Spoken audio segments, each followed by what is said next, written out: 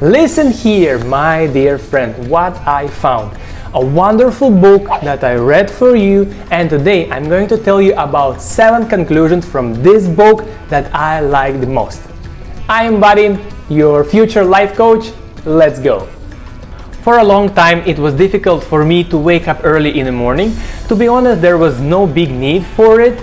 Of course, I had my goals, I wanted to be successful, but I was waiting that it will come one day. Something will happen and voila, I'm rich. Everybody asks me for advice, but looks like with a plan like this, something can change for the better only by a lucky coincidence. So I'm not going to rely only on luck anymore. Let me show you the miracle morning routine. And step number 1 is set your intentions before bed, because your first thought in the morning is usually the last thought you had before you went to bed.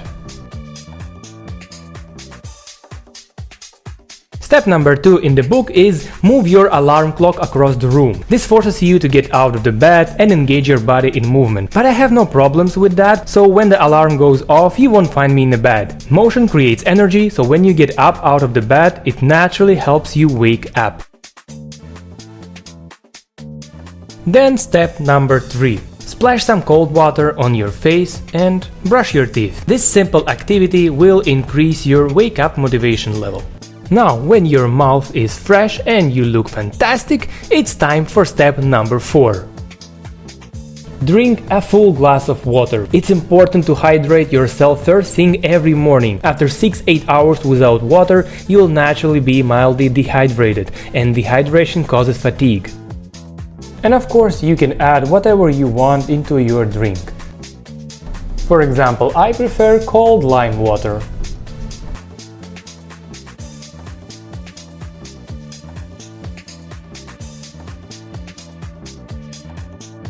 And the last one, step number 5, the longest one and the most pleasant. Meditation, affirmations and visualization of your dreams and goals.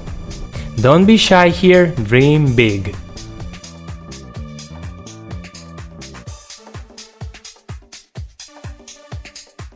And then my choice is yoga, because it's such a complete form of exercise, as it combines stretching with strength training, with cardio, with focused breathing, and can even be a form of meditation.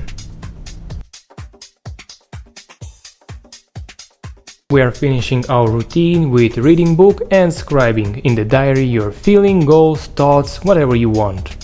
This whole routine takes something about 1 hour. Now let's move on to the conclusions from the book. Find time for your personal development. For too many people, the extraordinary, fulfilling, abundant life that they really want eludes them because they are so overwhelmed and overrun with their day-to-day situation. 2 months ago, before COVID came again to Saigon, I had quite a lot of job.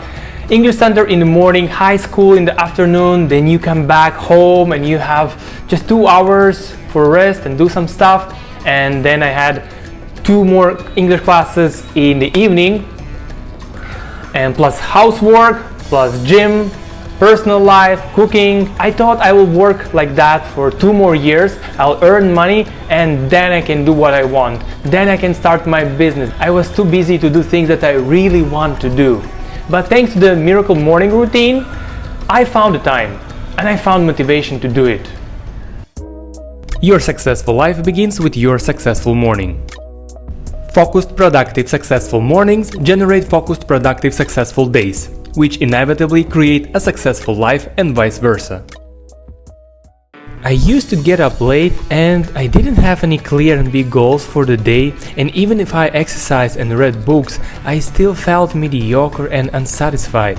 But waking up early solved this problem. Now I understand that you need to create your goal and you need to find why. Why do you want to achieve that goal? Do what is right, not what is easy. Every time you choose to do the easy thing instead of the right thing, you are shaping your identity, becoming the type of person who does what's easy rather than what's right. For example, creating this video. Every day I had doubts like, come on, who needs that kind of video on YouTube? You can find 10 more videos like this.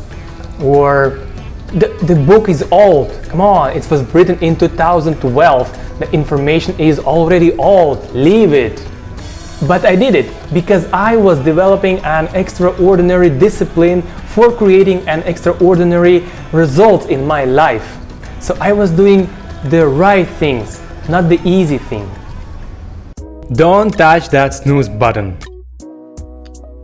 Every time you hit the snooze button, you are in a state of resistance to your day, to your life, and to waking up and creating the life that you want. Think about the kind of negative energy that surrounds you when you begin your day with resistance, when you respond to the sound of the alarm clock with internal dialogue. Oh no, it's time already. I have to wake up. I don't want to wake up. It's as if you are saying, I don't want to live my life, at least not to the fullest. And when your alarm goes off in the morning, you are usually nearing the end of your last REM cycle.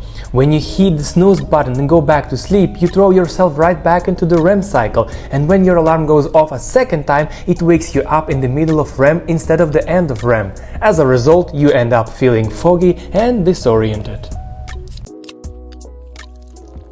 Think about what you hate the most: waking up early or your mediocre quality of life. Get an accountability partner. Most of the positive result we produced from birth to age 18 was thanks to the accountability provided for us by the adults in our lives. Parents, teachers, bosses. Many people who read any book don't implement what they learn because no one is holding them accountable. Your accountability partner could be a professional coach, mentor, even a good friend or family member. I don't have any friends who read this book, and author's advice was to check the Facebook group. There's a huge community where you can find a partner. I never did something like that, so I felt a little bit uncomfortable in the beginning, but then I came across the quotes. If you want your life to be different, you have to be willing to do something different first, and you are the average of the 5 people you spend the most time with. So I left information about myself in the group. And after a few days, I got a reply. And on the same day, in the evening, we called each other. I have to tell you that it's damn nice to have a like-minded person. Now we call each other every few days, we share support and inspire one another. It definitely makes both of us feel better. Make reading self-help books your lifestyle. One more thing to consider: reading self-help books is an affirmation to yourself. Anything you read influences your thoughts. When you consistently read positive self-improvement books and articles, you are programming your mind with the thoughts and beliefs that will support you in creating success. Draw a parallel with karate. 1, 2, or 5 classes won't change your life a lot. You have to do it consistently for several years. Yes, years. Because there is no 100% work for all quick method how to get rich, successful, and the best. But it doesn't mean that the long way is not interesting. It is, especially if you are passionate about it. Do the worst thing first. One of the most effective strategies for overcoming habitual procrastination and maximizing your productivity is to start working on your most important or least enjoyable tasks first thing in the morning. Simple, but it works great. In the first days with this routine, I felt so motivated, so I allowed myself to do things that I like first, and then I was doing things that I enjoy less. But it didn't work. After doing things that make me happy, doing something less enjoyable, I didn't want to do it. I felt lazy, and then I started to feel guilty because I'm lazy. So, first thing first. That's all, folks. Thank you for watching. If you like this video, make sure to hit that like button and subscribe to my channel. Have a lovely day.